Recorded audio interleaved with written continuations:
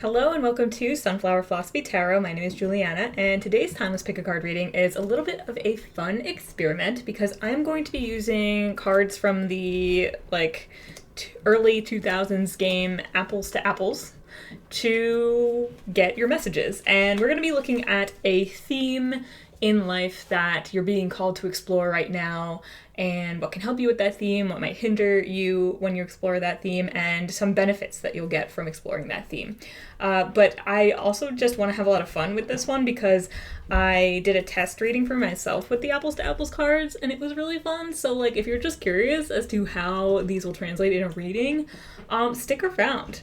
No idea if anyone else has ever done this before, by the way. I'm sure I'm not the first person to think of it, but I always think it's really fun to do divination with different kinds of cards. So if you're on board for some of that, then we are going to have some fun.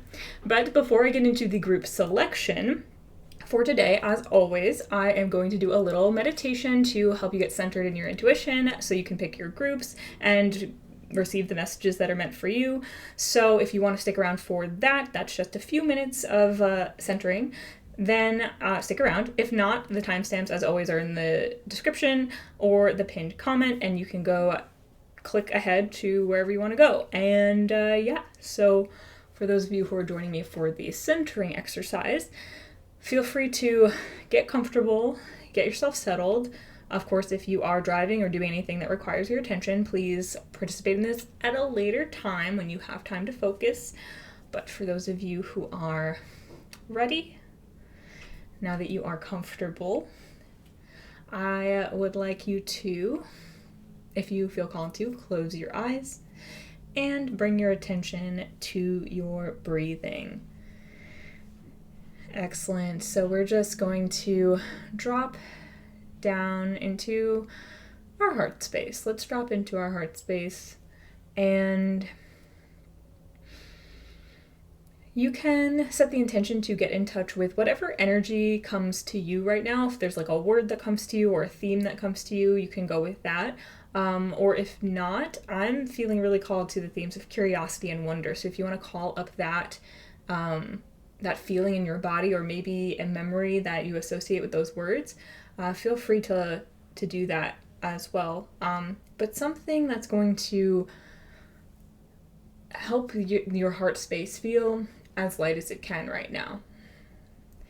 And no matter where you're at, of course, you're welcome to this reading, and you can feel however you need to feel right now. But if you feel called to bring up something that feels lighthearted, playful, curious, maybe nostalgic in a fun way, that feels like the vibe of this reading today.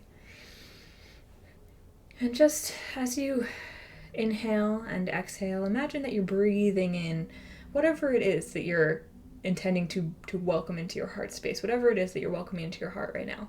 And imagine that as you exhale, you're breathing out anything stale, anything old, anything that doesn't serve you. You're just exhaling that right out.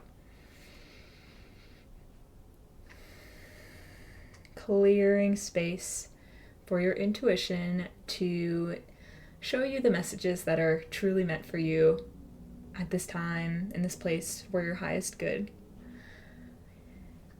You feel connected. You know your own power. You feel light, playful, and ready for a fun little exploration. And you're ready to receive whatever theme is coming through for you today. Ready to just laugh a little, have a little fun. And you trust that whoever you are, wherever you're at in your life right now, you're exactly where you need to be. You trust yourself, you trust your intuition, and you trust what life has in store for you. And you do the best that you can in each and every moment, no matter what that looks like. And if you would like to take a few more minutes to continue in meditation, feel free to pause the video and return when you are feeling ready to get into the reading. But for those of you that are ready to move on, we will get into the group selection in just a moment. Okay, so welcome to the group selection. If you joined me for the brief centering exercise, thank you. I hope you enjoyed it. If you didn't, thank you for being here. I'm also happy you're here. And either way, it's time to get into the group selection. So I already told you what the reading's going to be about. We're using apples to apples cards from it's a game, by the way. If you're not familiar with the game, you don't need to be to enjoy this reading.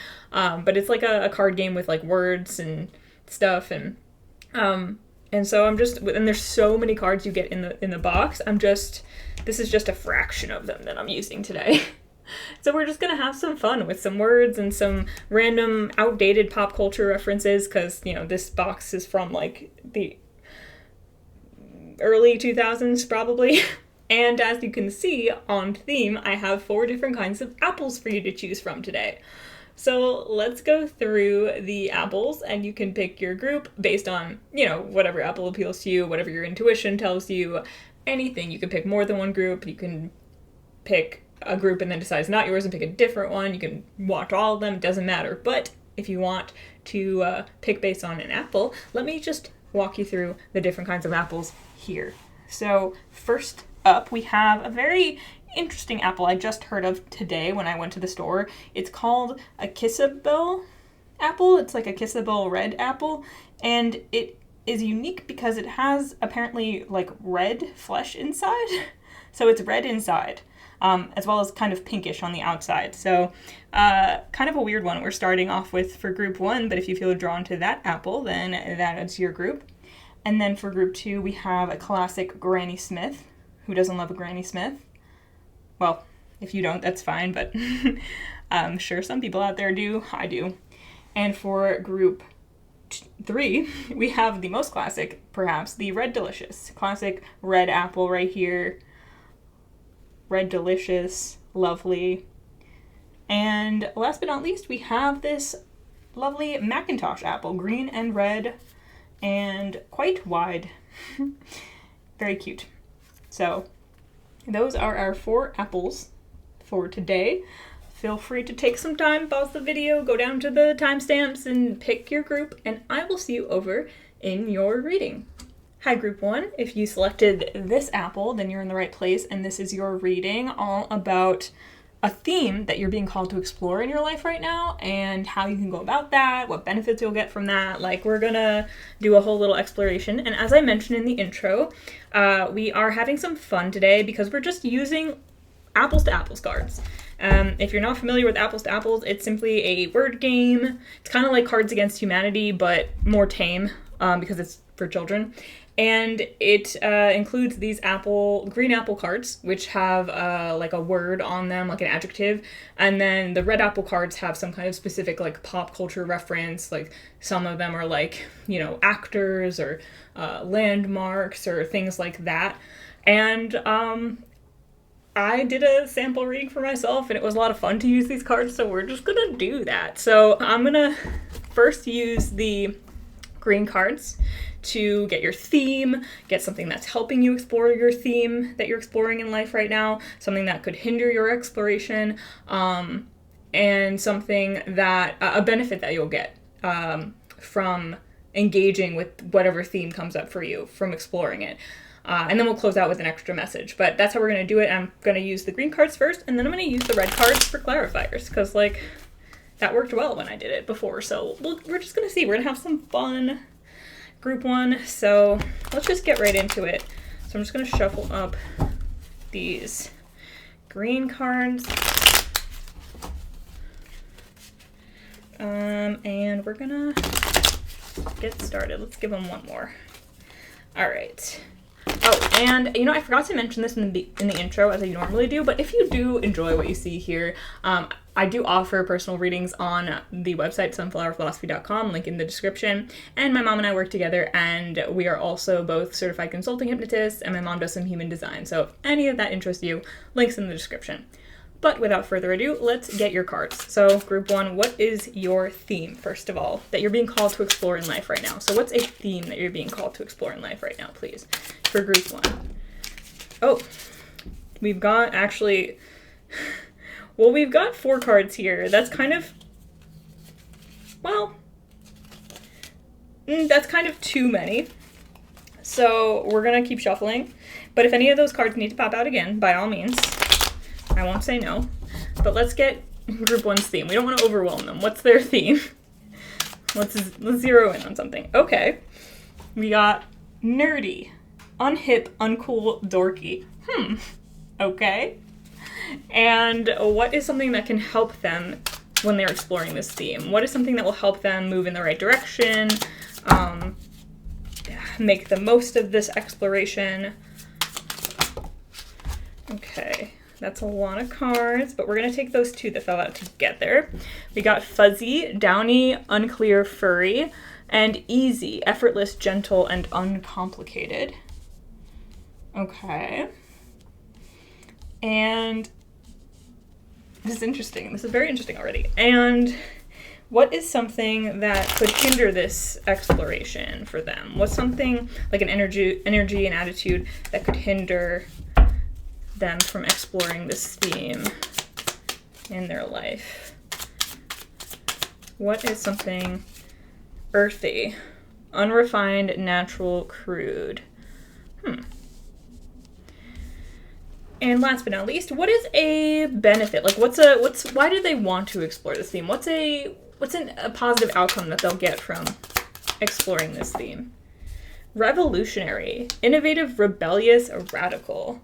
Very cool. Oh, we have spiritual on the bottom of the deck, with religious, inspired, and supernatural. So there could be something spiritual, regardless of like, when we get into the specifics of the theme that you're exploring, regardless of like how you go about it, there's something spiritual in this for you. It's like part of your spiritual exploration in a way. But let's clarify these cards. My God, we have so many. Also, like, well, yeah, we'll get into it. We'll see what the red cards say. We're gonna clarify these cards as well. But I'm already getting some messages, of course, with nerdy being the theme that you're exploring.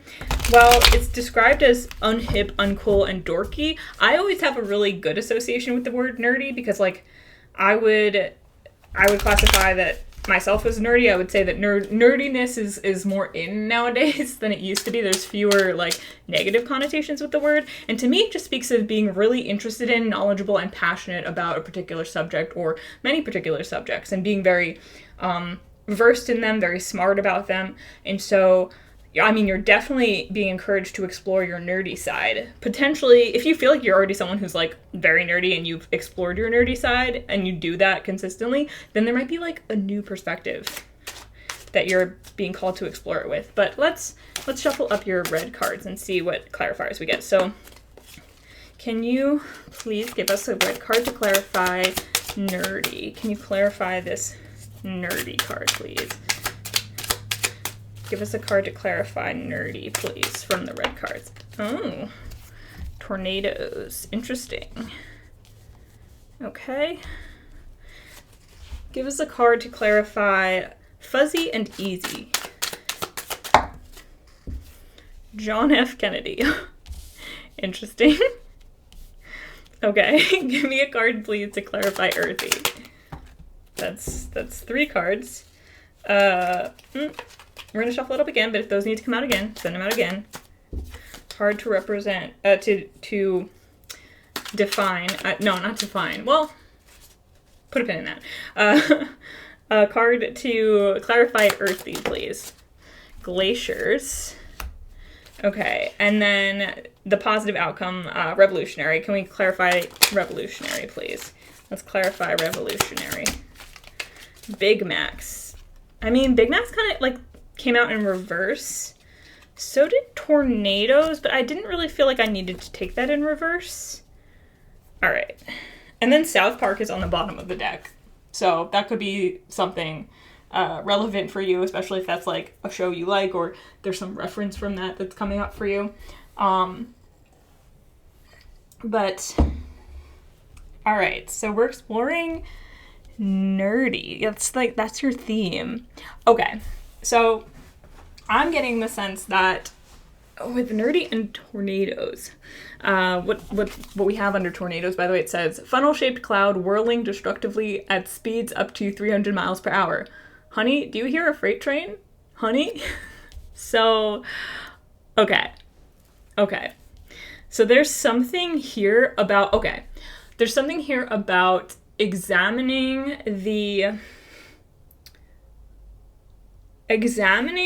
okay. Examining your personal obsessions, your anything that you feel called to like explore deeply, obsessions that you have, whether it's pop culture, whether it's like in scientific fields, whether it's like in spiritual fields, whatever it is, your tendencies around how you explore things, how you engage with things. Because I get the sense that there's the potential for you to get really swept up in things, carried away in things. And it's one of those things where it's like, I'm feeling like for this group, if you're resonating with this, then you might actually have the tendency to get a little carried away in a way that can become destructive in your own life. Because here's the thing, right? Being nerdy about something, being really interested in something, getting really invested in something is not a bad thing. It's actually really fun. It can be really beautiful. You can come up with a lot of inspiration from the things that you're really invested in. You can get a lot of insight about yourself from things that you're invested in. But it does feel like almost like the vibe of like whenever you get a new interest, it just like sweeps through your life like a tornado, and it might like leave you like it's like a whirlwind romance, right? You get really invested in the thing and then like it leaves you, and maybe it leaves you a little bit worse off than you were before in some ways. And while that could be fun, and there's not anything necessarily inherently wrong with that, it might be time to examine that if that's a pattern for you, and notice whether there are any shifts you can make so that you feel a little bit less like let down when the whirlwind like leaves you. Like maybe the pattern of this pattern is pointing to something in you that's ready to shift, change, maybe needs to be addressed in some way. So that it's less destructive for you. Because with fuzzy and easy, clarified by John F. Kennedy, I'm getting like a calming vibe, easygoing vibe, cozy, comfortable. And that's kind of the opposite of like a tornado, you know what I mean? And so I'm feeling like what's going to help you in exploring this like tendency of yours is to explore what makes you feel more cozy, easygoing, comfortable, uncomplicated, gentle, right? So if you're used to like a whirlwind, like fascination, like, you know, you just get totally swept away. It's like, can you take things a little bit slower? Can you move more gently into things? Are there interests that maybe trigger some things in you that you're looking to move away from right now, right? Like that get you too in a certain mindset that might be fun for a short time, but then fuels some bad habits or things that you want to leave behind. And the thing is, if this is resonating with you, I feel like you will recognize that this is a pattern that you want to change, because I don't want to discourage anyone's passion or just like, or blanket say that it's a bad thing to get swept up in like a whirlwind and have like some fun, because it's not at all. And in fact, for some of you, you could be feeling the call. I'm getting more the opposite, but some of you here, if you resonate with the opposite of like, you never really like let yourself get swept up in things and just have fun, then you are being called to tap into that nerdy side, to get swept up in the tornado and let go a little bit.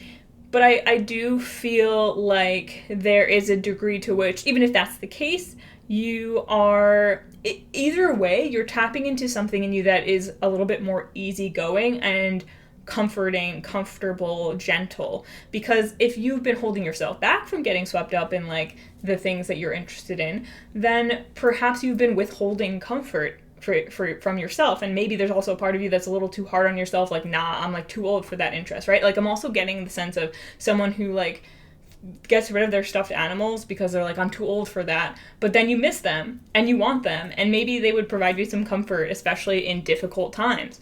That's another message that's coming through, right? Is that maybe for some of you, this like getting really invested in things and swept up in things also sort of gives you some shelter during like a whirlwind of events, during chaos. Maybe sometimes you use your interest as an anchor, as something to keep you grounded in escapism, essentially, when things are going crazy. And either way, I'm getting this message of like, either way, overindulgence or underindulgence is not the answer. But we're looking to find a good balance here. We're looking to make sure that you do have something that is just like a hobby, like a nice thing, a fun thing for you to engage with, that soothes you, that calms you. Also, I just want to read, for John F. Kennedy, we have in 1917 to 63, 35th President of the U.S., ask not what your country can do for you, ask what you can do for your country. So, for some of you, you're also being called it, like, I'm really feeling like, okay, like when people get really invested in like TV shows and books and stuff, and they do analysis, or they make videos, or they write fan fiction, things like that. For some of you, part of what you're being called to do is not just consume whatever it is that you're really like wanting to nerd out about, or maybe getting too like invested in or caught up in. Either way, you're being called to potentially take a step back from consuming the thing and focus more on like, what can you contribute and create in the world based on the inspiration that this thing gives you, right? Can you contribute to the field? Can you write your own stories, whether it's fan fiction or it's like your own book or something like that, or contribute to the research yourself, or can you make a video about it? Whatever it is, big or small, is there some way that you can create based on the enthusiasm that you have over this thing? That could be a really good outlet for you that might also like temper some of the extremes that you might feel yourself drifting to, whether you're tamping down your inspiration and your enthusiasm, or you're like feeling too amped up by enthusiasm and like it's like some of that energy might need somewhere to go. Either way, don't resist it, use it. It can be so amazing to harness that kind of passion and create something with it. And there's no pressure as to what you create, because we have with these cards here, I'm really getting that you are being encouraged to be easygoing about it, to have fun with it, to be lighthearted about it, and just see what comes of it. But you'll be surprised and you'll enjoy it. I do feel like there's a deep sense of enjoyment here, but also like easygoingness about it. What could hinder you? We have earthy, unrefined, natural, and crude, and glaciers. It'll be a cold day when we see them again. That's ominous. What could hinder you? So this is very specific, but for some of you, if you get really caught up in like doom scrolling or like doom thinking, I don't even know if that's what we call it nowadays, but thinking catastrophically about the fate of the earth, the fate of the world, especially when it comes to like environmentalism and things like that. Some of you very specifically might be like, I'm getting, again, like there's some people here who potentially get really swept up in things because it's easier to focus on like the fun thing that you're into than what you see as the world falling apart around you. But again, like if this fun thing that you're engaged with has turned more into an addiction and a coping mechanism in a way that's hurting you rather than helping you, which sometimes can happen, then we're looking to find a way where you can regain some of the lightheartedness, some of the constructive elements of the obsession, of the passion, and turn them into something more productive. And in this sense, like I'm getting that catastrophizing about the future, getting too caught up in, oh my god, like maybe specifically environmental like concerns, where you're just thinking, what's the point, the planet is dying, like I can't do anything, like very like helpless, hopeless thinking. That is that's not going to help you on this journey, essentially. And that's not where you want to focus in order to actually improve the things that you're concerned about, because there's no pressure on one singular person to solve the ills of the world. I promise you that. I promise you that. And yet there is so much that one person can do just by choosing to focus more hopefully, more passionately, more optimistically, because that's when you see solutions that you didn't know existed before. And I'm not saying that, this nerdy exploration of yours is necessarily going to, solve the environmental crisis that's that everyone's talking about. But I mean, maybe some of you are like scientists who are like really nerdy in your field, or really like in a field like this that you get really like passionate about. And again, like in that case, you are being called to engage with the more light-hearted, like the side of it that pulled you in the first place, the side of whatever you do that got you invested in the first place out of sheer pure fun and exploration, because through that you might actually find that you come up with some really revolutionary, groundbreaking, big ideas. With revolutionary and Big Macs here. What does it say? 2 all beef patties, special sauce, lettuce, cheese, pickles, onions on a sesame seed bun. Now, Big Macs came out in reverse, but actually I'm going to put that up right, because it's like you are going to come up with some big, complex, revolutionary ideas, potentially. And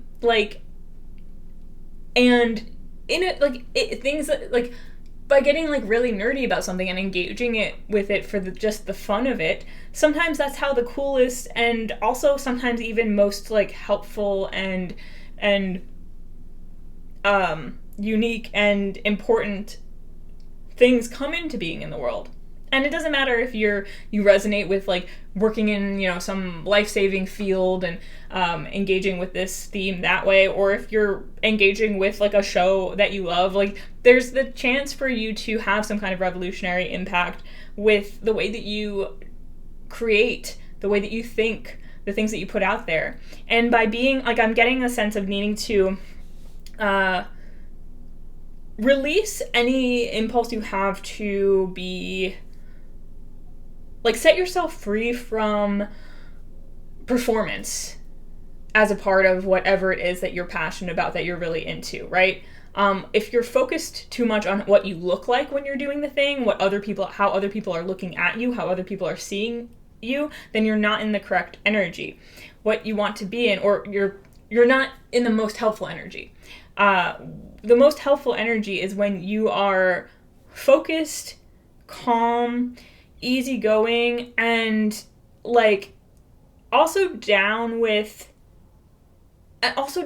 for anything, like really just like invested in the thing that you're teasing out, that you're figuring out, that you're exploring, you're having fun with it, you're enjoying yourself. And also being easygoing about, because I'm getting like an experimental vibe here, right? So being easygoing about the things that you don't have answers for yet, or you don't know how to do yet, or you're not sure where this project is going, but you're just gonna like be down for the ride. Like that's the kind of vibe here. And yeah, and anything that's like too that you're like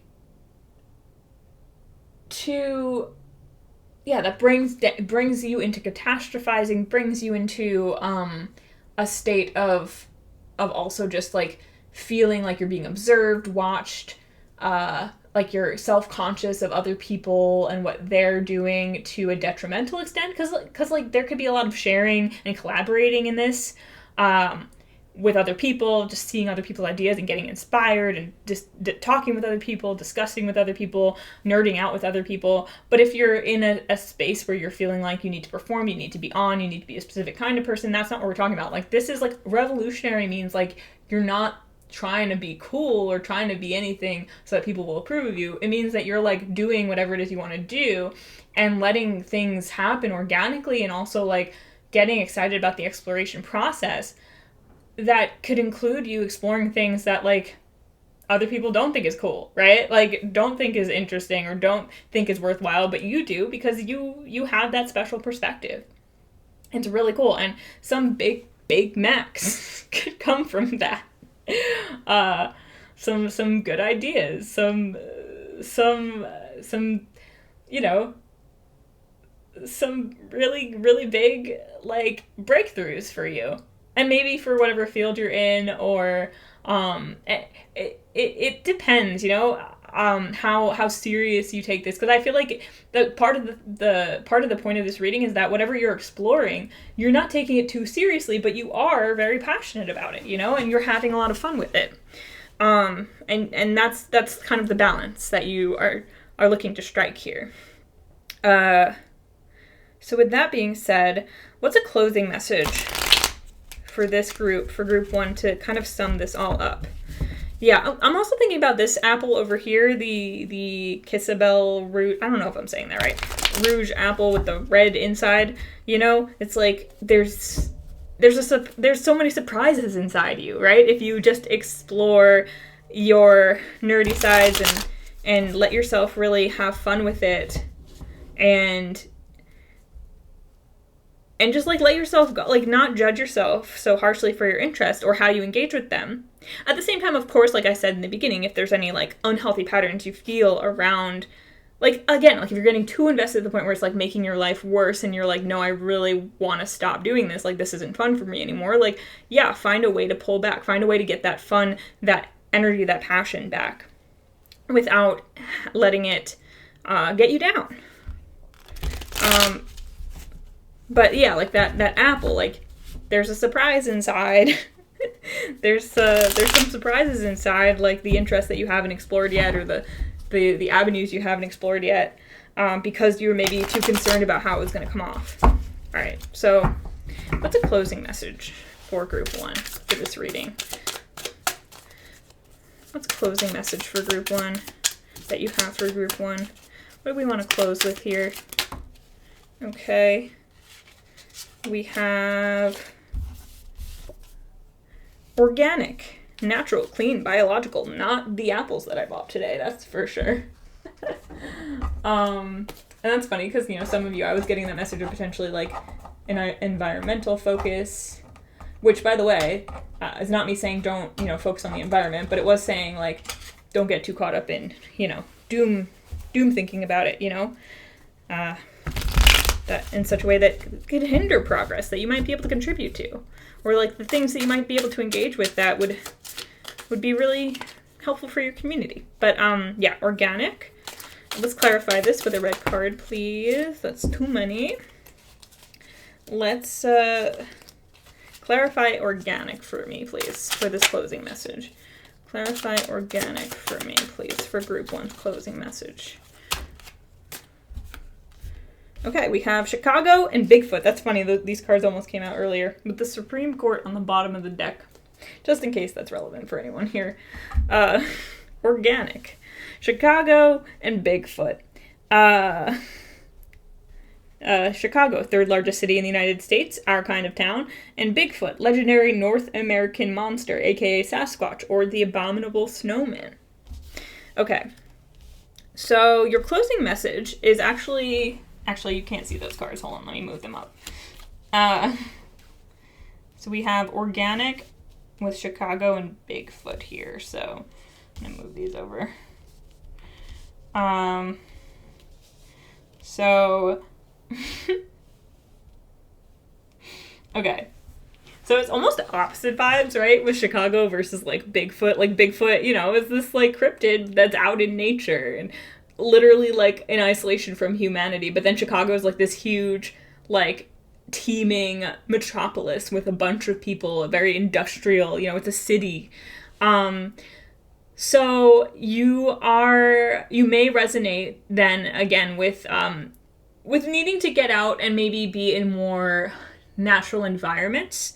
For some of you, literally like trending towards more organic things, if that resonates with you, could be helpful. But I also just feel like no matter where you live, first of all, getting out in nature, no matter what kind of nature you live in, to the extent that is comfortable for you, not forcing anything, but making it a point to engage more with your community around you and the natural world around you, especially if you resonate with that message of really feeling like down about the earth and everything. Like, you might already be out there and about being in nature, but if you're not and you're just kind of stuck in like a city apartment and like reading all the stuff about what's happening in nature and stuff like that, like get out there and experience it, start to engage with it more again, like reintroduce it into your life.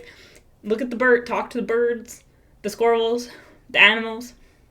explore. There's things out there that you haven't explored. And even if you're like in a city, like listen, like Chicago and Bigfoot here, I'm getting the sense of like whatever community space that you are in, like this is about literally organically letting yourself explore the natural world around you, like getting inspiration and ideas, and also maybe time away from whatever it is that you're so focused on, like whatever it is that you're nerding out about and you're getting like really fixated on, time away from that by going out and just being around people or going out and being in nature could be really rewarding for you and help you keep that healthy balance, right?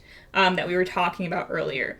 And also there's a sense of like letting things unfold and develop naturally without being too controlling about how it happens, right? That easygoing energy. Also keeping your space clean, right? If the inside of your head feels like Chicago and it feels like really busy and you're like, I need a break, go be like Bigfoot and like hide from the humans, right?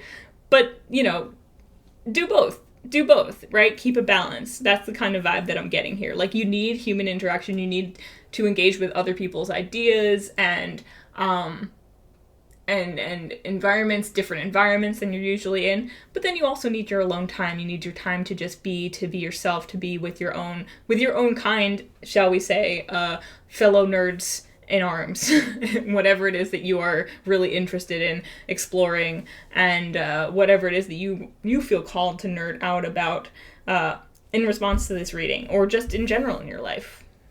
So, yeah. That's all the messages I have for group 1. So I hope you enjoyed this reading. Let me know in the comments how you enjoyed the apples to apples cards. I thought it was really interesting and cool, but I'd love to hear from you about your own experience with this reading and apples to apples cards. Like, subscribe. If you're interested in personal readings, as I mentioned, we do offer those on our website, sunflowerphilosophy.com, along with hypnosis and human design services. And thanks again for watching. Have a wonderful life, and I will see you in another reading again sometime very soon. Bye! Hi Group 2, if you selected the Granny Smith apple, then you're in the right place, and this is your reading all about a theme that you're being called to explore right now, which we are going to explore using apples to apples cards, which, if you're not familiar, you don't have to be familiar with the game, but it's just like a word game. Similar to Cards Against Humanity, but tame because it's for children. And the green cards have adjective cards, have adjectives on them. Yeah, that's what I'm trying to say. And the red ones have like pop culture figures from like the early 2000s. Like it's gonna be outdated stuff. Like politicians, monuments, things like that. So that being said, I'm going to shuffle up the green cards here to start our reading, and we're going to look into a theme that you're being called to explore right now, energy that can help you explore that theme, something that could hinder you from exploring that theme, and a positive outcome of you exploring this theme. What's something you can look forward to for that? So we're going to start by getting the green cards, and I'll use the red cards to clarify. And I didn't say it earlier, but just in case you're interested, if you like what you see here, I do offer personal readings on our website, sunflowerphilosophy.com. A link is in the description, and you can check out the other services that I offer with my mom as well, hypnosis and human design. My mom does some of that, so feel free to look into that, the links, but let's just get right into it, Group 2. So what is the theme that Group 2 is being called to explore right now? What is Group 2's theme, please? All right, we have talented, gifted, clever, and skillful. Interesting. All right, Group 2. We have for your energy that can help you with this exploration, what do we have? We have 2 cards, misunderstood and creepy. Interesting. What could hinder you in this exploration? We have glamorous, beautiful, dazzling, stylish. And what is a positive outcome you can expect from this exploration? What is a positive outcome? We have easy. This also came out in Group 1, but in a different spot. Effortless, gentle, uncomplicated. We have neat, tidy, orderly, and cool on the bottom of the deck, just in case that, like, speaks to anyone. But now let's get clarifiers for these cards with our red cards here.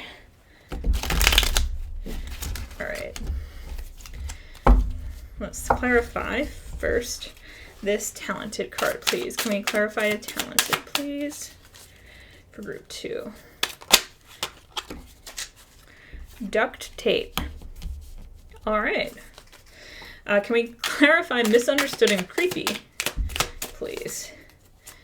Can we clarify misunderstood and creepy, please? Horseback riding. Can we clarify glamorous, please? That's too many cards now. Too many cards. It's a little extra. Can we clarify glamorous, please? Oh my gosh. My bathroom. My bathroom. Okay.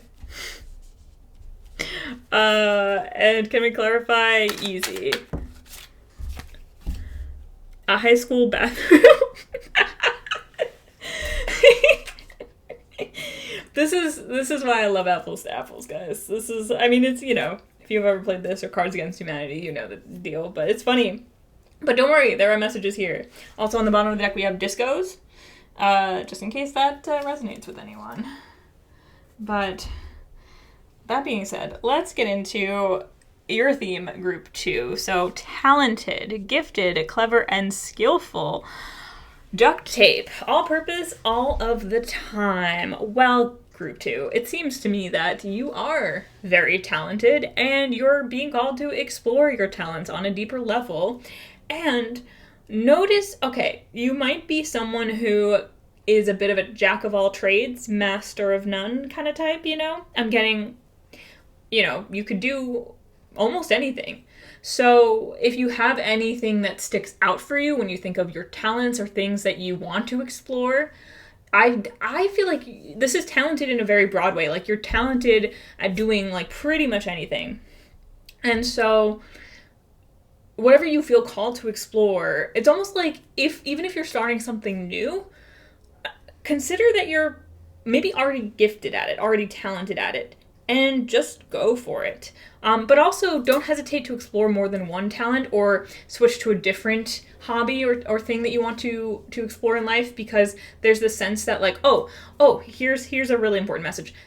Revisiting old talents, revisiting things that you maybe left in the past a long time ago. This idea that anything that you left behind or like learned in the past but never quote unquote did anything with, there's always a purpose. Everything comes back around, and so you might find yourself being called to pick up old talents again, or encountering new situations in which things that you've explored in the past, that you were good at in the past, come up again in unexpected ways, which is really satisfying and cool for you. But also, if there's a specific new talent that you're looking to explore more, or a talent you're looking to expand on more deeply, you are being encouraged to do so, because no matter how trivial you think it might be, like, you know, you might think, oh, like, you know, I might enjoy pogo sticking, but I might be really good at it, but like, that's a useless talent. What good could that be? But there might be some hidden benefits to actually really exploring it and going in on it that you don't see, that will serve a multi-purpose in the rest of your life. Like, for example, like with pogo sticking, maybe, you know, it turns out that if you're really good at that and you do that more often, like, your sense of balance will improve a lot. You'll be more fit in a certain way. It'll help you maybe like in another area of your life where you have to deal with something that feels like a precarious balance, and like, metaphorically, it's almost like your ability to like be confident on the pogo stick translates to another area of life. Like, that's not the best example, but I hope you know what I'm getting at. And things that will help you. Misunderstood and creepy. Okay, so the very specific example that's coming through for me is like, if you are, like, say, an artist, and you maybe draw like a lot of cutesy things or pretty things, and a lot of people really appreciate the things that you draw because they're kind of like, they've got mass appeal, and there's nothing wrong with that. And of course, if that feels like the essence of what you're communicating is that, which is like, I mean, listen, That's a lot of my art style, so it's not something I'm judging or anything like that. But the message here is that if you've been holding back from drawing or creating things that would be a little bit less easy to grasp, maybe not as easy for people to engage with, maybe a little misunderstood, maybe a little creepy, but you really want to explore it, you want to try it, you want to like expand your style, expand the subject matter that you engage with, that is totally like a thing that you should do. Like, that will help you. Like, that's a good gauge of, like, you might enjoy the ride, right? You might really enjoy, like, if there's something also that you're, like, you're like, I think I'd be really good at this, or I am really good at this, and I want to expand it in a way, but, like, I don't know how people are going to react, or, I'm afraid of feeling misunderstood, or, like, is that, like, a little too weird? It's like, no, it's not too out there. If you're really feeling called towards it, you know, maybe that's actually something that is worth it, worth checking out. Also with horseback riding here, we got like, whoa, right? And I feel like that's giving me the feeling of like a little bit of like a wild ride, you know, like something that could be like, I don't know, to me personally, like I find horses a little bit scary. Maybe a little bit like, if I get too close to them, a little bit creepy. Like, I love horses, I love animals, but like standing next to a big horse is kind of scary, and being on the back of a big horse is also kind of scary. At the same time, riding a horse and learning how to ride it might actually be really fun. So a willingness to engage with things that it might initially cause you to be like, ooh, I don't know about that. Ooh, that's not for me. There might be some things that you're misunderstanding that also would be beneficial for you to explore, and that can be kind of your marker of like, all right, this isn't my usual thing, but maybe there's benefits in me overcoming some of my reservations around this, you know, as long as it's something that's like, that feels safe for you to explore, that feels like it's, you know, not going against like your values and morals, or not going against like your sense of like, you know, like personal safety, but you know what I mean, like things that you just are out of your comfort zone. And things that could hinder you in this process,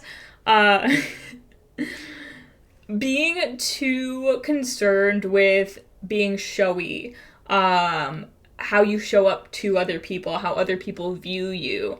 I'm thinking of like, really wealthy people who have like, you know, in the tabloids or in the magazines, they talk about they've got like bathrooms that are like gilded and like gold toilets and all of that, you know, like really gaudy, like kind of over the top stuff that's just for show, and it's not really necessarily even like, it's not like practical, it's not useful. And in this case, you are being urged to not get too caught up in the glamorous, in the surface level, in the this is just beautiful for the sake of being beautiful, because I feel like in this case you are more about like, first of all, some of this is about like practicality, right? You're exploring how your talents, no matter how out there, can be very practical like lessons for you or skills for you that you can apply in many different places, and also expanding out of your comfort zone. So whatever you feel like has mass appeal is not necessarily where you want to be at. So if this is resonating for you, then you're probably not going to be gravitating too much towards things that look too showy or shallow, but at the same time, there could be temptation to acquiesce to the sensibilities of other people who you see as maybe more powerful than you, or maybe like an algorithm, right? If you're sharing art and you're like, well, this is the kind of art that gets more attention, but it's not really what you want to explore. So yeah, you're being more focused on like your authentic calling, as opposed to just like how it looks, right? And an outcome of this for you, I just can't. My bathroom and then a high school bathroom. Like,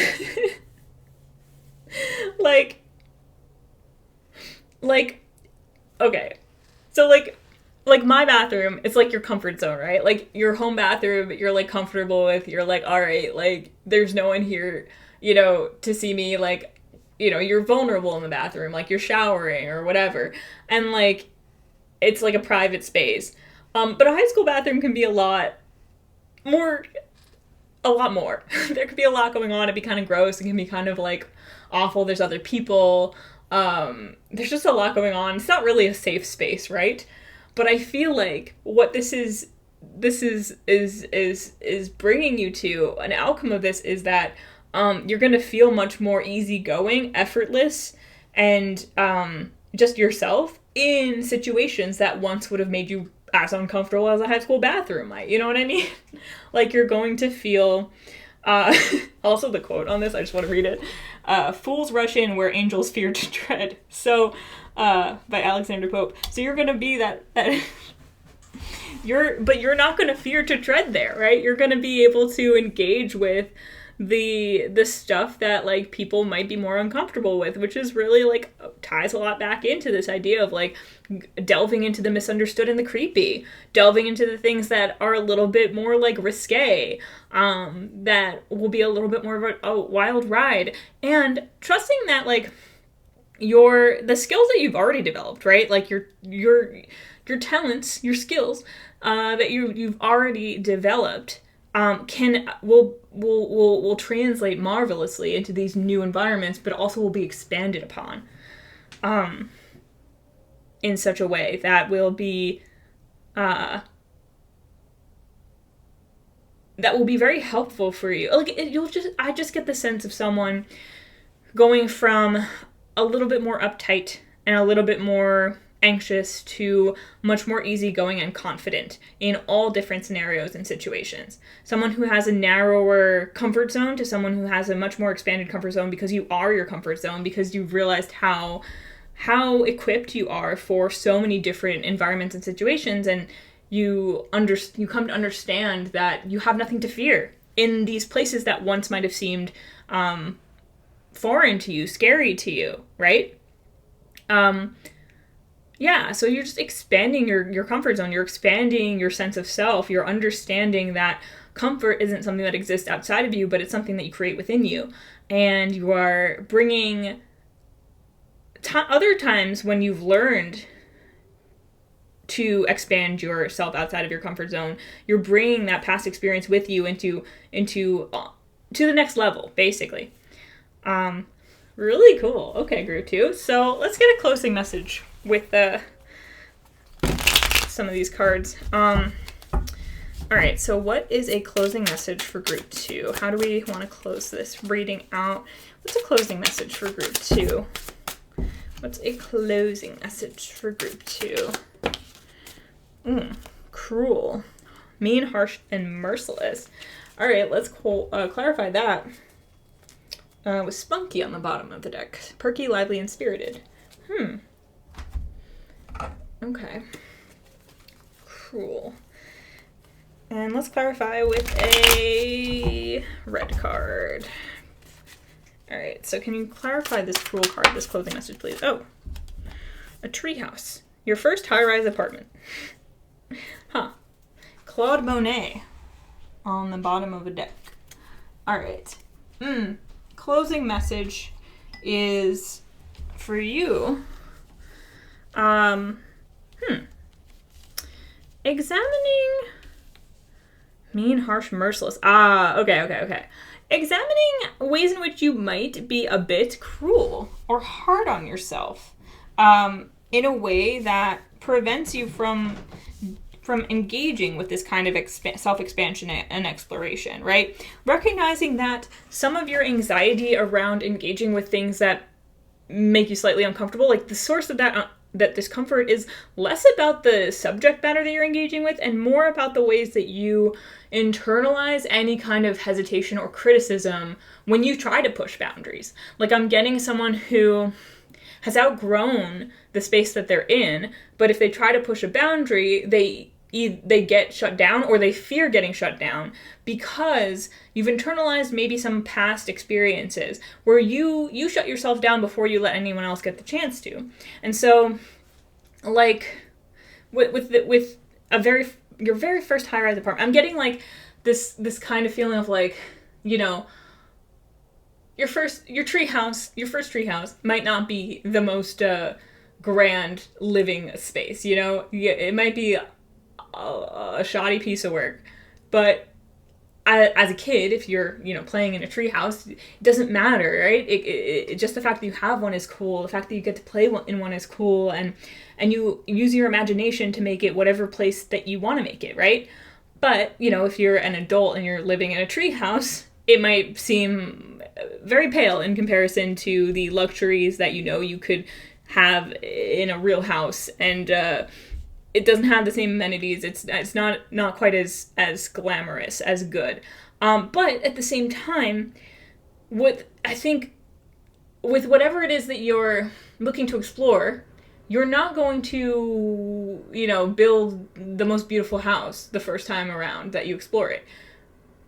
You might build a little bit of, the fact that, but it's like the fact that you even built that tree house is cool enough, right? Like, that's your first step. That's your first kind of like exploration into this new area. And you have plenty of time to build to construct a more skillful, more involved thing, or to get a better version of this to create a better version of this treehouse. I hope this is making sense. To build a better version of what you initially constructed. But what you initially constructed is good enough for you to explore and to imagine and to create, and it will spur your imagination into helping you figure out where you want to go from here. So your starting place is actually a platform from which you can launch what you truly want, but you have to start in order to know the next step. So, you might build a tree house and realize some things that you need to do to make it better, and how you would build it differently the next time. And so because I get the idea of in some way you're starting something new here, or you're taking something to the next level, it's like realizing, first of all, that you already have a foundation of knowledge to build from, and you can build on it and expand it. And also realizing that, like, you'll also be able to expand on the next level of the thing that you create, right? And so instead of seeing the flaws that you'll see in the thing that you are creating as flaws and as bad and as wrong, you're seeing them as opportunities to, oh, I didn't see that before, because I hadn't even, I didn't realize I could have built it this way, because I wasn't even thinking that. I didn't even know that existed. But now that I've created one version, I know how I can make the next version better, and realize that that's a gift and a strength and a cool thing, because not everyone sees those opportunities, right? And so you have this really cool ability to see the opportunity in the prototype and to iterate on it, develop it, and create something even cooler next time. And that doesn't mean that the first thing you created wasn't cool. It was cool. It was awesome. Like, if you're a kid, you have a treehouse, that's the coolest thing. Just because you wouldn't want to live there as an adult doesn't mean it wasn't cool as hell. And, even an adult would want to go back and visit that and remember that sometimes, I'm sure. So, like, yeah, I feel like there's this harshness that you might have that prevents you from expanding out of your comfort zone, because you're afraid to be a beginner again in some ways, and you're afraid to do shoddy work. But the reassurance here is that you're just being a little too harsh on yourself when you actually think that. And the more true perspective is that you, first of all, are already going to be better than you think you are, because you have a solid foundation to begin with, whatever it is that you're, starting or picking up now. You already have a foundation that will carry you further than you think you can go on your first try and whatever you're doing. But second of all, actually doing the thing is going to open the doorway to do the thing better and to create even cooler things that you wouldn't have imagined, but you got to start. So that's really awesome. This is a really cool message, Group 2. I hope you know you're quite talented, and there's a lot that you can do. So, yeah, I definitely encourage you to examine any cruelty that you have towards yourself, towards your talents, and recognize that it's not worth it. And you've got so many cool things to build on, to explore, to create. Cool next steps to take. Awesome. All right. Thank you so much, Group 2. That's all we have for you. So please let me know in the comments how you enjoyed this Apples to Apples reading. And if you know the game yourself, if you have any fun Apples to Apples stories, you can let me know about that too. Why not? And let me know how this resonated. Please like, subscribe. If you're interested in personal reading, as I mentioned, you can click the link in the description. That and our other services are available at sunflowerphilosophy.com.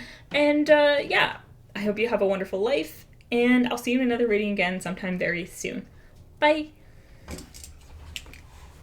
Hi, Group 3. If you selected the red apple, the red delicious apple, then you're in the right place, and this is your reading where we're going to be exploring a theme that you're being called to explore in your life right now using Apples to Apples cards.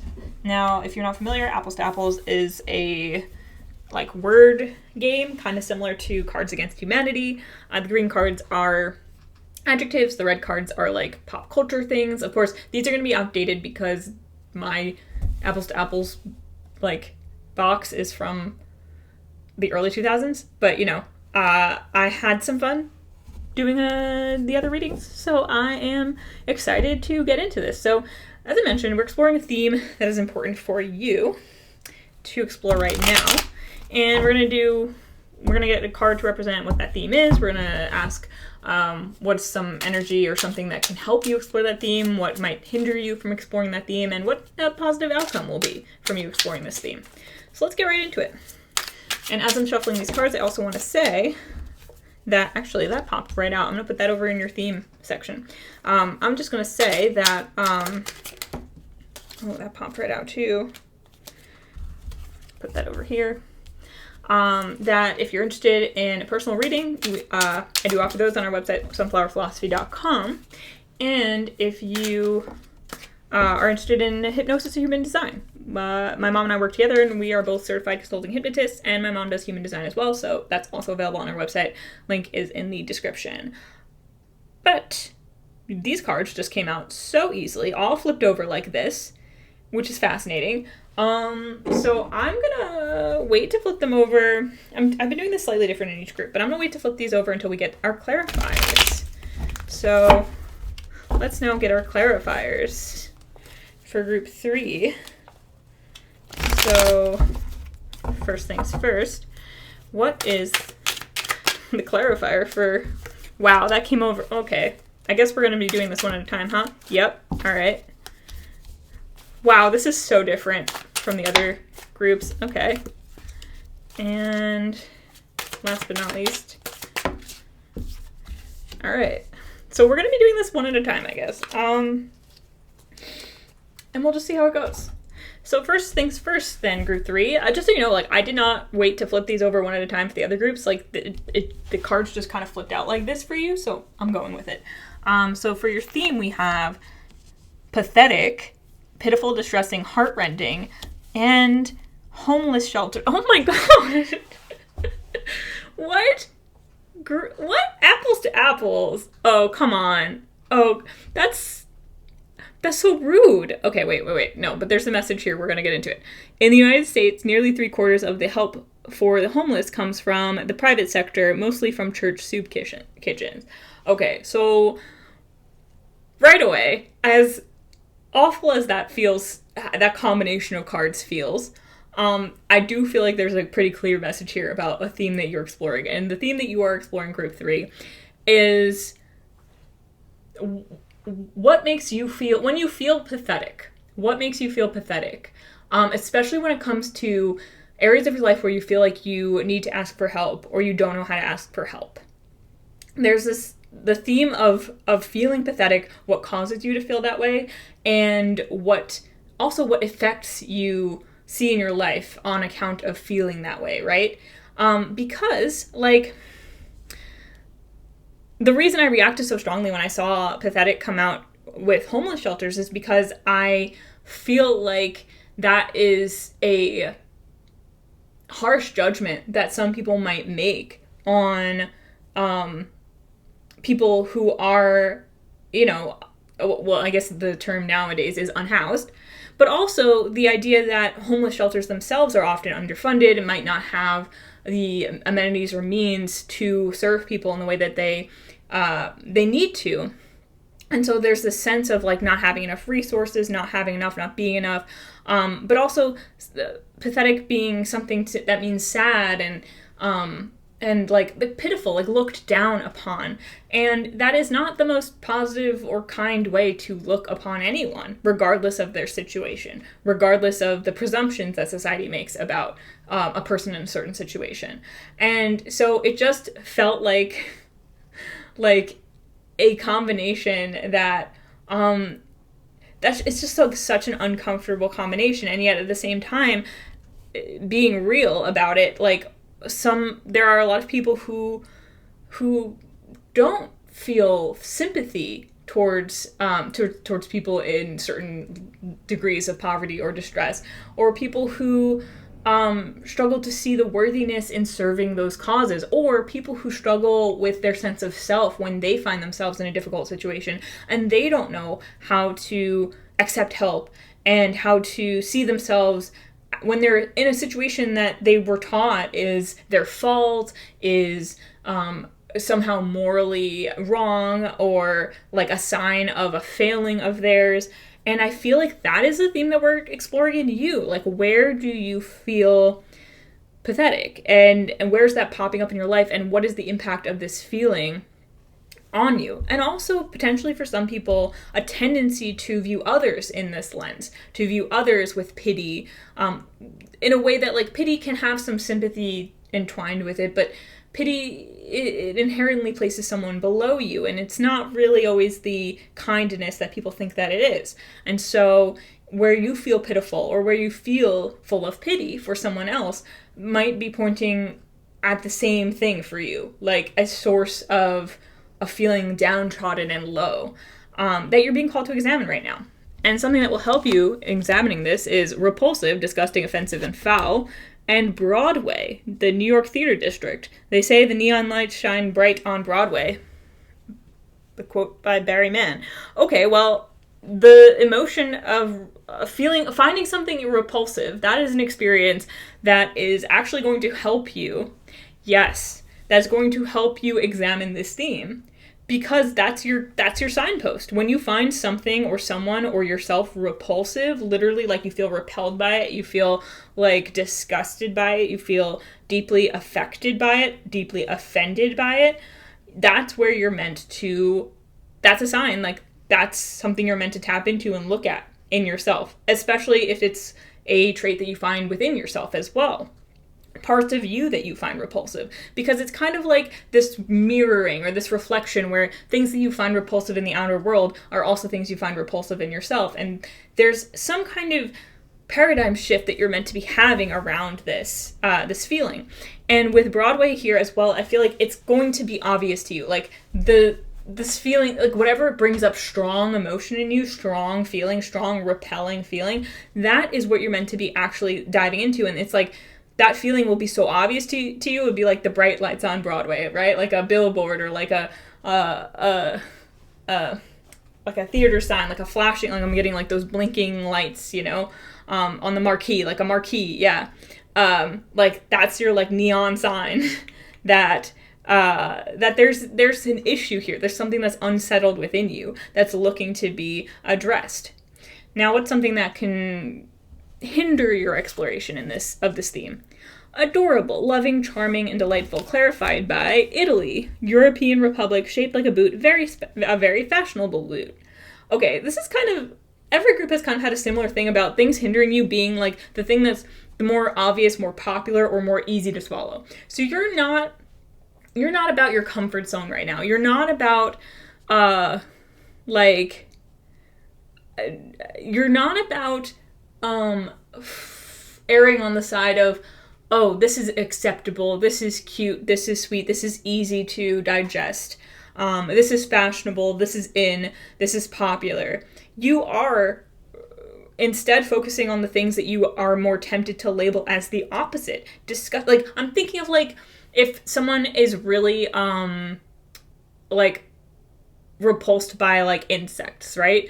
I'm getting some exposure therapy here. And when I say that, I don't go out and, like, if you're actually needing that, like, if you're dealing with, like, a severe anxiety or phobia, like, this is your call to, like, work with a professional on that. This is your call to, like, see someone who knows what they're doing in that context and work one-on-one with you and address that directly. but I don't feel like it's necessarily that for everyone here. But it's like, if someone is like, ugh, like, insects are gross, you know? And you just, like, look down on them and you're like, ugh, like, they're so disgusting. What, like, instead of accepting those feelings as fact, it's like, well, why do I feel that way? What is it that actually grosses me out here? And, like, where does that come from and where did that originate? And so if you're, like, just focusing on the things that you're, like you're all good with, you're aligned with, you're like, yeah, that's cute, that's fashionable, that's good, I'm only gonna look at that, I'm gonna ignore this, then you're missing something. There's something here that wants to be explored, it wants to be addressed. And I feel like it has to do with your own sense of self-worth, because whether you're projecting these feelings onto other people or things external to you, or it's mostly about how you feel about yourself, they're still like, it still ends up coming back around to be about yourself. And how you view yourself and how you let yourself move through the world. So let's find out what a beneficial outcome of exploring this will be for you. We have dirty, unclean, soiled, impure, and cell phones. Get off the phone or get off the road. Okay, I feel like this is weirdly specific, but like one thing is potentially not getting, potentially maybe like taking a time out from the internet, taking a time out from literally like getting off your phone. I'm almost getting a sense of being kind of repulsed almost in the opposite direction by some of the things that you see online or some of the things that you used to engage with, like potentially maybe some circles that you were in or some things that you consistently view online, if you are online a lot, routinely lead you to feel pathetic, or lead you to view someone else or a group of people as pathetic, and just honestly like encourage this pitying or this looking down on or this distress within you, about yourself, about others, about the world. And I almost feel like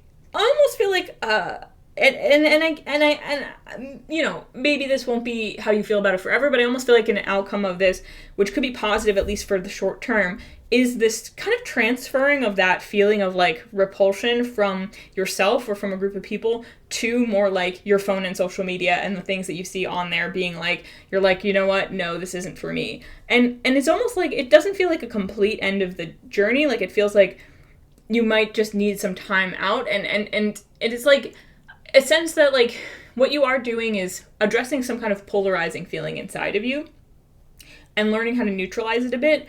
But in order to do that, you might become polarized a bit against some of the sources of that polarizing energy to kind of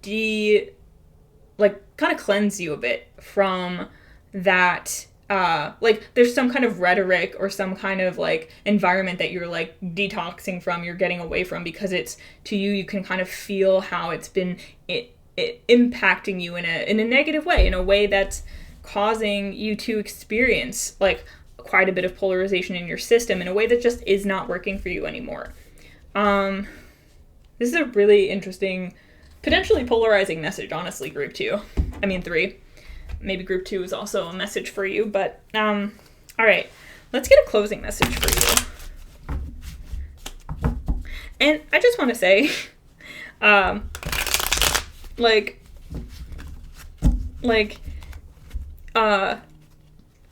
this is, if you're resonating with this, like you will know, like I feel like you'll be able to really, I mean, yes, I guess there's a chance that if you get really triggered by it, it's also for you, but you might not want to accept it, and that's a possibility. But I also feel like a lot of people here will be able to pick this out in their self and see how this is something that's coming up for them. Like it doesn't feel like something that you're exploring because you're already feeling great in your life. You know what I mean? It feels like it's something that you're exploring because it's been kind of dogging you, and it's time to address it. So let's get a closing message for group 3 then. What's a closing message for group 3? Cowardly, fearful, afraid, spineless. Wow. Group 3, this is kind of an intense group. feel like you've been dealing with some intense energies lately. And let's clarify that. Let's clarify that. Can we clarify cowardly, please? James Dean, 1931 to 55, American actor of film, stage, and television. His role in Rebel Without a Cause helped define cool. Cowardly. Okay. So the message that's coming through with this one is this group might be a bit of a call out for the people here, and I get that. But I get this sense of like Rebel Without a Cause is sticking out to me because it's this idea of like someone who's a rebel just because, without like a real reason behind it, a real passion, a real goal, you know, kind of a lost soul, kind of someone who wants to fight the system or just has this sense that like something's wrong but doesn't really have a direction.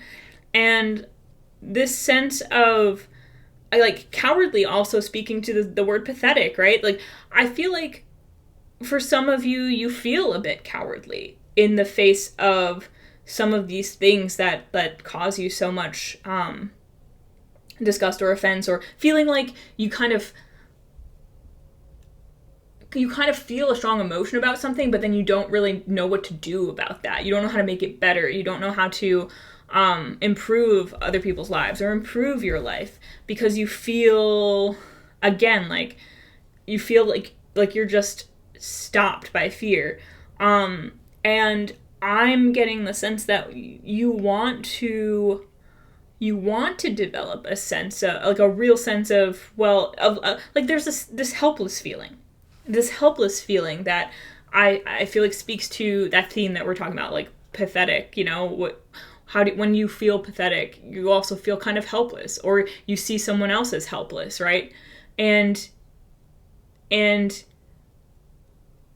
in a sense, like when you feel cowardly, you also feel helpless. You feel like you can't help yourself. You feel like you can't stand up in the way that you want to.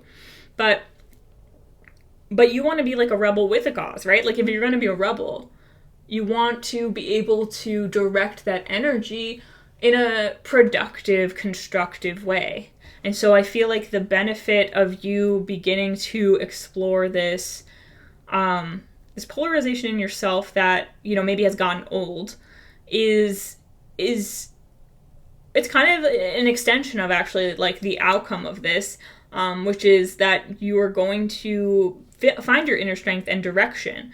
But I feel like right now you're kind of spending a lot of time overwhelmed by like shame and fear and like this feeling of like being backed into a corner and not knowing where to go. And it's like clearing that out, being real with yourself about where those feelings come from in the first place and understanding some of the root of that so that you demystify this for yourself. Because here's the thing I want to be clear about. You know, you're not pathetic. No one is pathetic. You know, whatever their situation, whatever is going on in their life, you're not helpless. You're not pathetic. And even if you feel that way, it's okay to feel that way. You know, we all feel that way sometimes.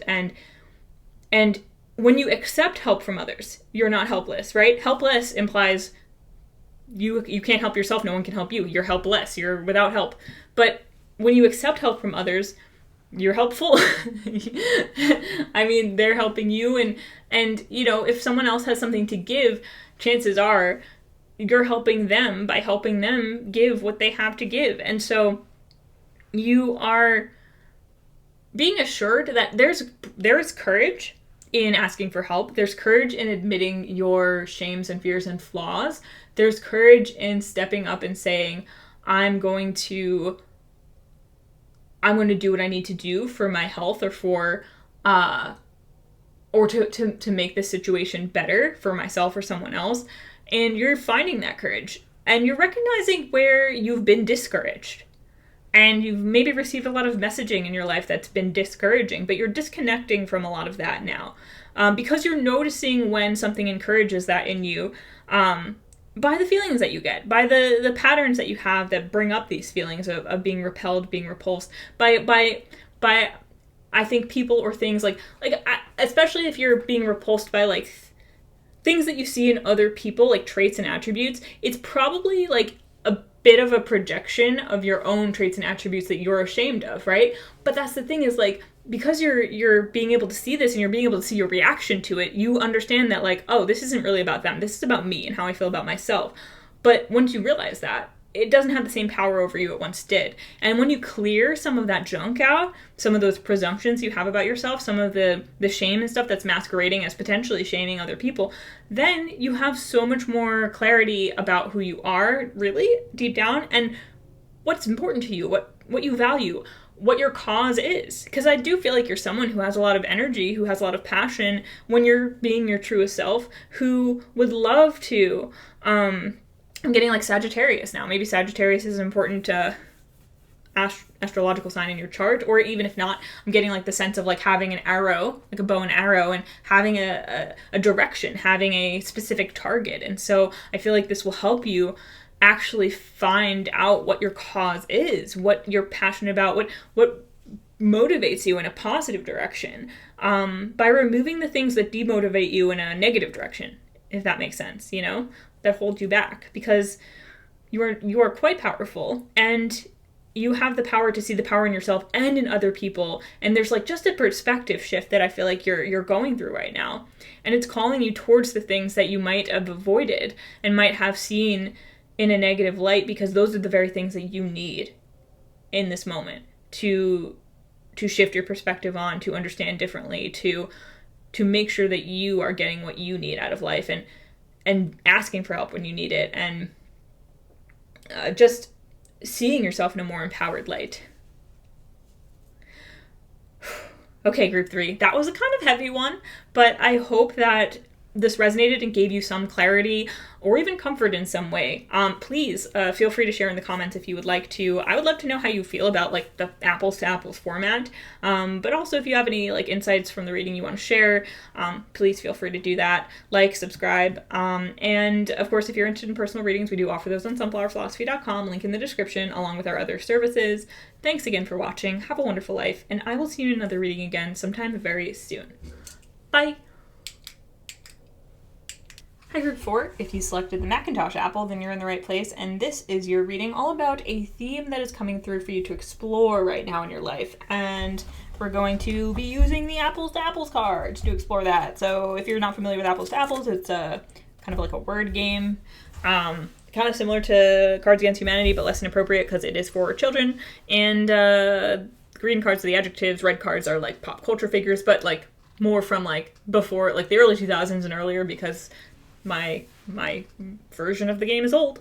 Yeah, but we've been having some fun with this. So let's, we're going to use this to figure out what theme you're being called to explore in your life, and we'll get into what energy might help you explore this theme, what might hinder you, and a positive outcome that you can expect from this exploration. So let's get into it. And while I'm shuffling these cards, I also want to remind you that we do offer personal readings on sunflowerphilosophy.com, and also hypnosis and human design. My mom and I work together, and we're both certified consulting hypnotists, and my mom does human design. So if you're interested in any of that.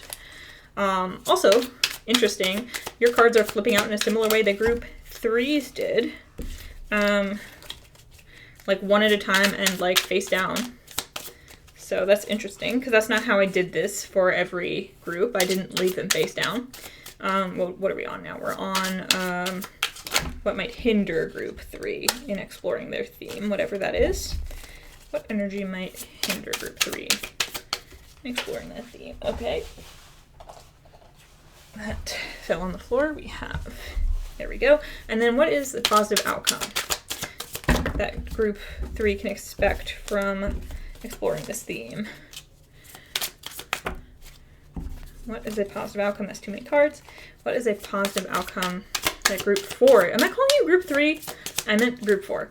That group 4 can expect from exploring this theme. What's a positive outcome that group 4 can expect? Okay. And now we're going to clarify with the red cards. All right. So can we clarify? Okay. Can we clarify the energy that's helping? Okay. Can we clarify the energy that's hindering, please? Okay. And can we clarify the outcome? Okay.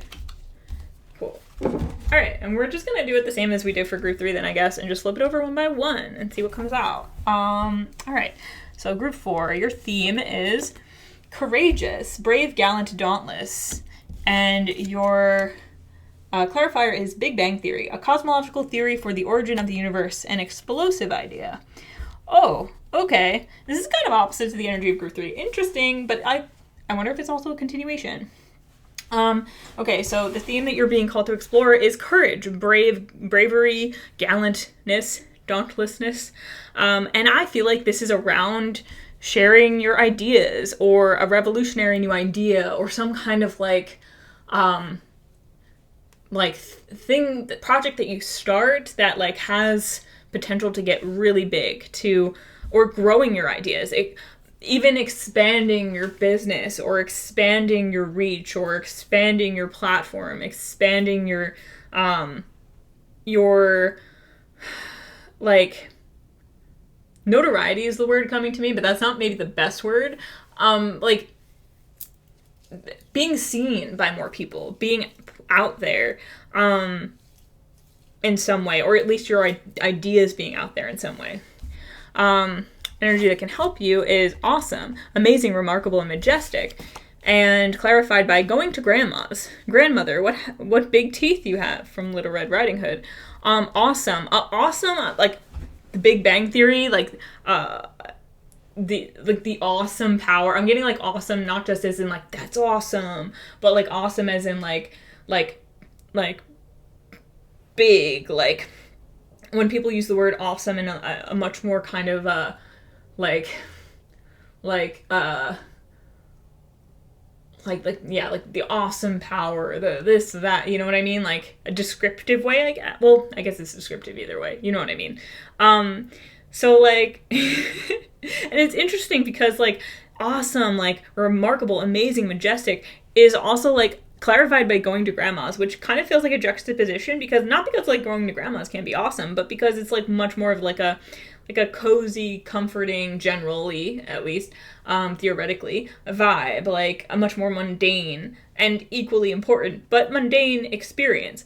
So I feel like what's gonna help you in this exploration of like courage is seeing how even the smallest experience, or even the experience that you might not see the value in, or at least might not see how it relates to another part of your life, how even that can be a practicing ground, I heard, for you to put yourself out there more, an opportunity for you to expand your comfort zone and be brave, and also an opportunity to learn, an opportunity to grow, and an opportunity to experience like majesty, like things that are wonderful and amazing and remarkable, even if like the thing that you're experiencing isn't altogether out of this world or like out of this realm of experience. Like you're experiencing the wonders of the universe in everyday mundane experiences, and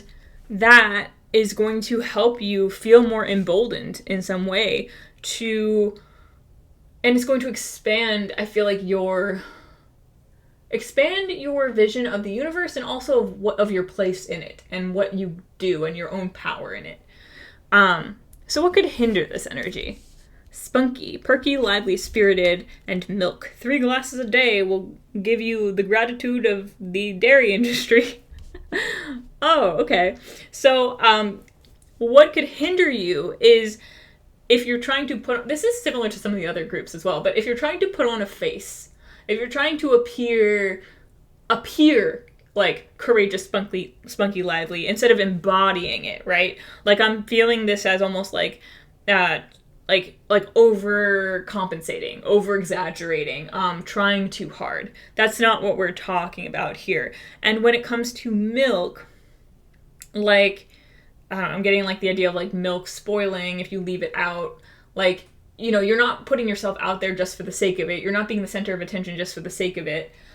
You're not like just be like, you're not like, if you're being bold and putting yourself out there, at least it's for a reason, you know. So I'm getting the sense of like someone who, and it's not to say like, I feel like there's a sense of like, if you're looking to be courageous in a certain way, maybe there are smaller like baby steps you can take that aren't as weighty, especially if there's like a big step that you're looking to take. But I do feel like this is more like faking it, the difference between like faking it as opposed to actually feeling it, embodying it, and being it.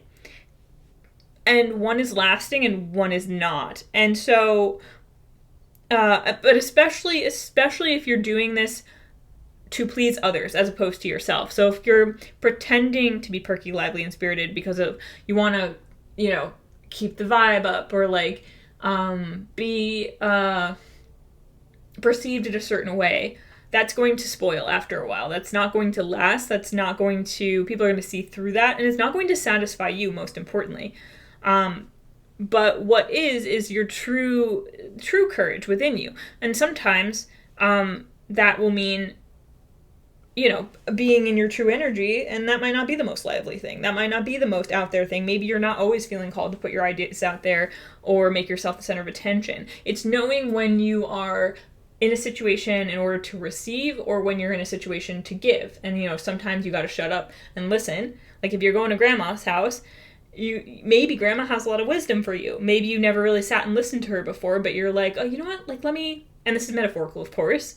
Any source of wisdom that you maybe underestimated or haven't always seen the potential in or the power in, you are getting the opportunity to see that more clearly. And so you're learning when to shut up and listen and receive wisdom, and you're learning when you're called to give it, when it's truly within your power to put yourself out there and share what you've got with people. You're learning that, the value of that. And I feel like for a lot of you, honestly, the idea that like the message of the energy that won't help you is kind of a relief, because it feels like it would be exhausting, like you'd be putting on a front, and you don't want to have to try to be someone that you're not, and that's not the point here. And this is a reassurance that in order to be courageous and make a big impact, you don't have to force yourself to change your personality, to be a certain way, to be the center of attention. And that's not what's going to have the biggest impact. Sometimes the people who say less have a bigger impact than people who say more, you know? And so if you feel like pressure to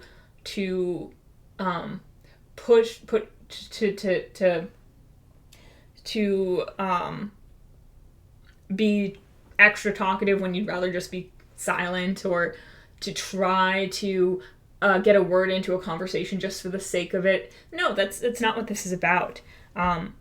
This is a much more relaxed, powerful, but understated energy, right? No matter how you come across and what your energy is, maybe you're naturally quite spunky, and it's reminding you that, like, if that's who you naturally are, that's one thing. But if you're in a situation where you feel like you're forcing yourself to be something that you're not really feeling in that moment, it's not about, you don't need to engage with that in order to have an impact with your ideas, for people to notice what you have to offer. And a positive outcome from this is friendly, affectionate, comforting, and welcoming. And San Francisco, California's city by the bay, where many hearts are left. A positive outcome of this is that I feel like you will be making a big impact on a lot of people, even people you meet in passing, who you might not even, and this is probably true already, you might not even realize how much of an impact you've made on some people in your life who you may never see again. I also see the idea of you potentially meeting more people, making more friends, and maybe even relocating or finding yourself in more lively, friendly spaces that are aligned with you, and have people who are very interested in what you have to say. Yeah, but also a sense that like you might be really making an impact on a lot more people than you think, in a way that feels that's real and lasting, as opposed to just you making an impact because you were like the loudest or the brightest thing in the room. Not that there's anything wrong with that, but just that that's not really the kind of vibe I'm getting here. That's not the kind of energy that you're really bringing.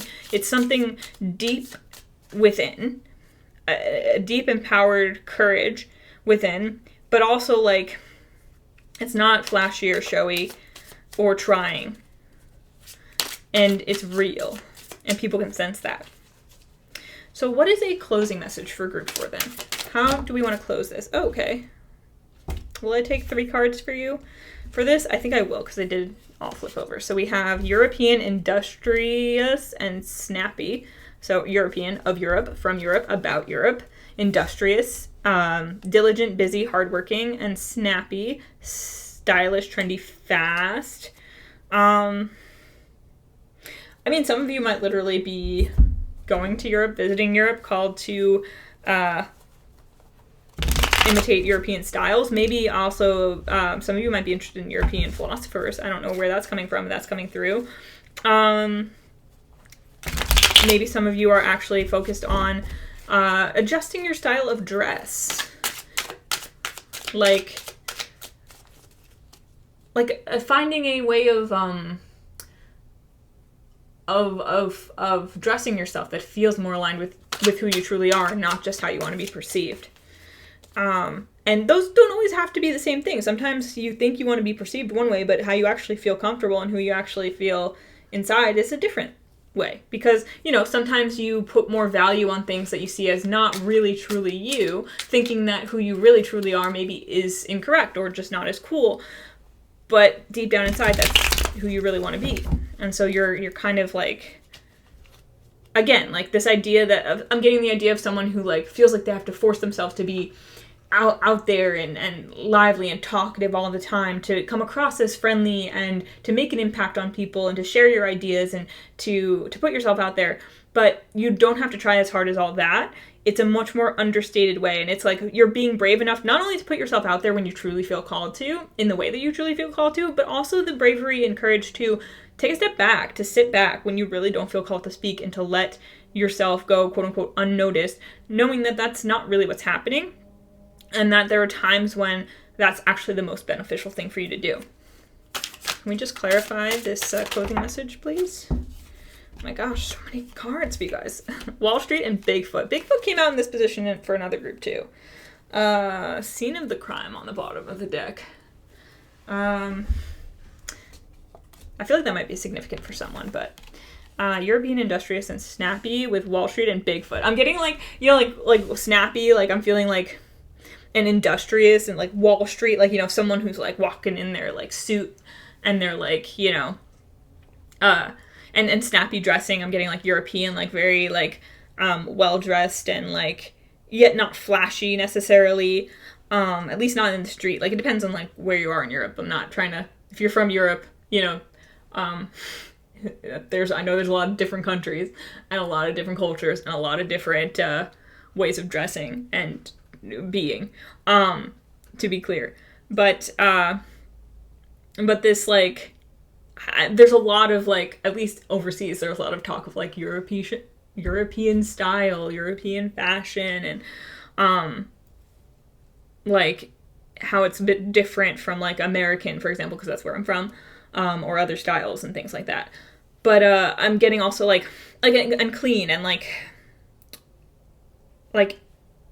I don't know. And like Wall Street to me is like very prim and proper and like it's go, go, go, and it's industrious and hardworking and everything. But then we have like Bigfoot, and it's kind of similar to, honestly, like I think it was group 1 that Bigfoot came out in this position, and it was kind of a similar message where there's 2 cards and they seemed a little bit opposite of each other, and one is like go, go, go, and the other one's like Bigfoot is like, you know, mysterious, disappears into nature.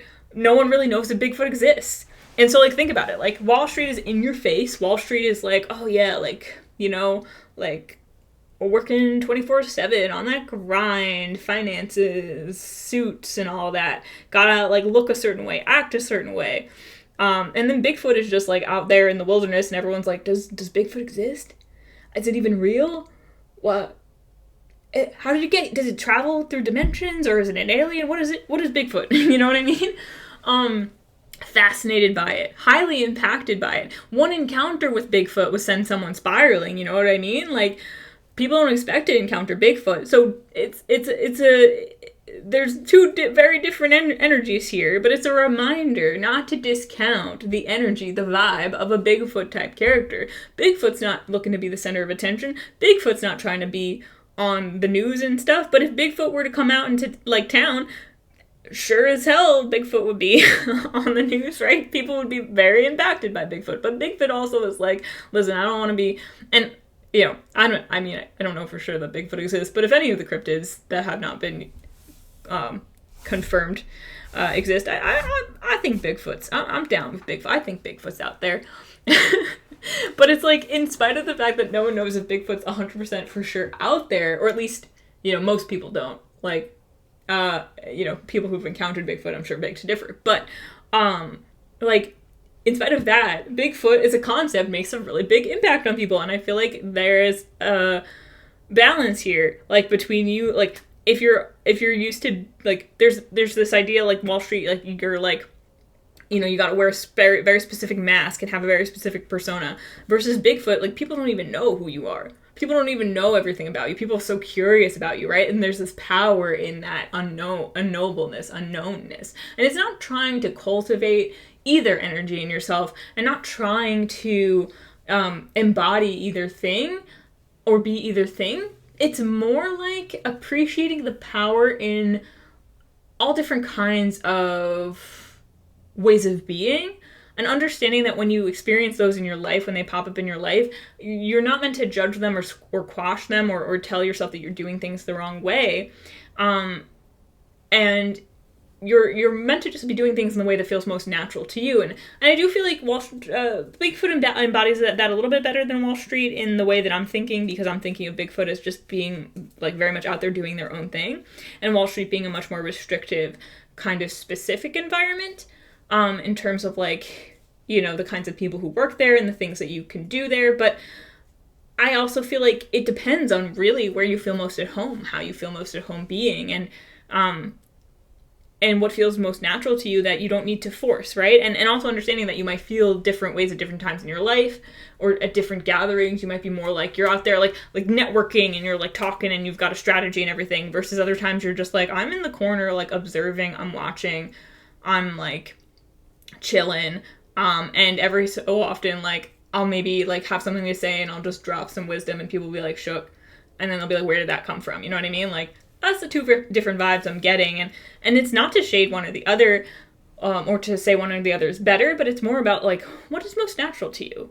Whatever is most natural to you is your most powerful form. And so you're being asked to be courageous enough to embody that, to allow yourself to be that, to just let yourself be that. And yeah, trust that, like, it's coming across. It's you're being who you're meant to be, and people are loving it. People are getting it. It's impacting people. You know, it's impacting people. People are picking up what you're putting down, even if you don't always know what you're putting down. Okay. And that being said, that's all I have for you, group 4, so I hope you enjoyed this reading. Please feel free to comment below and let me know if you liked this format, if you enjoyed the apples to apples version of this type of reading, and also how your message resonated, if you want to share. And please like and subscribe, and also if you're interested, of course, we do have the personal reading offers on our website, sunflowerphilosophy.com, link in the description, or Hypnosis and Human Design as well. Thanks again for watching. Have a wonderful life, and I will see you in another reading again sometime very soon. Bye!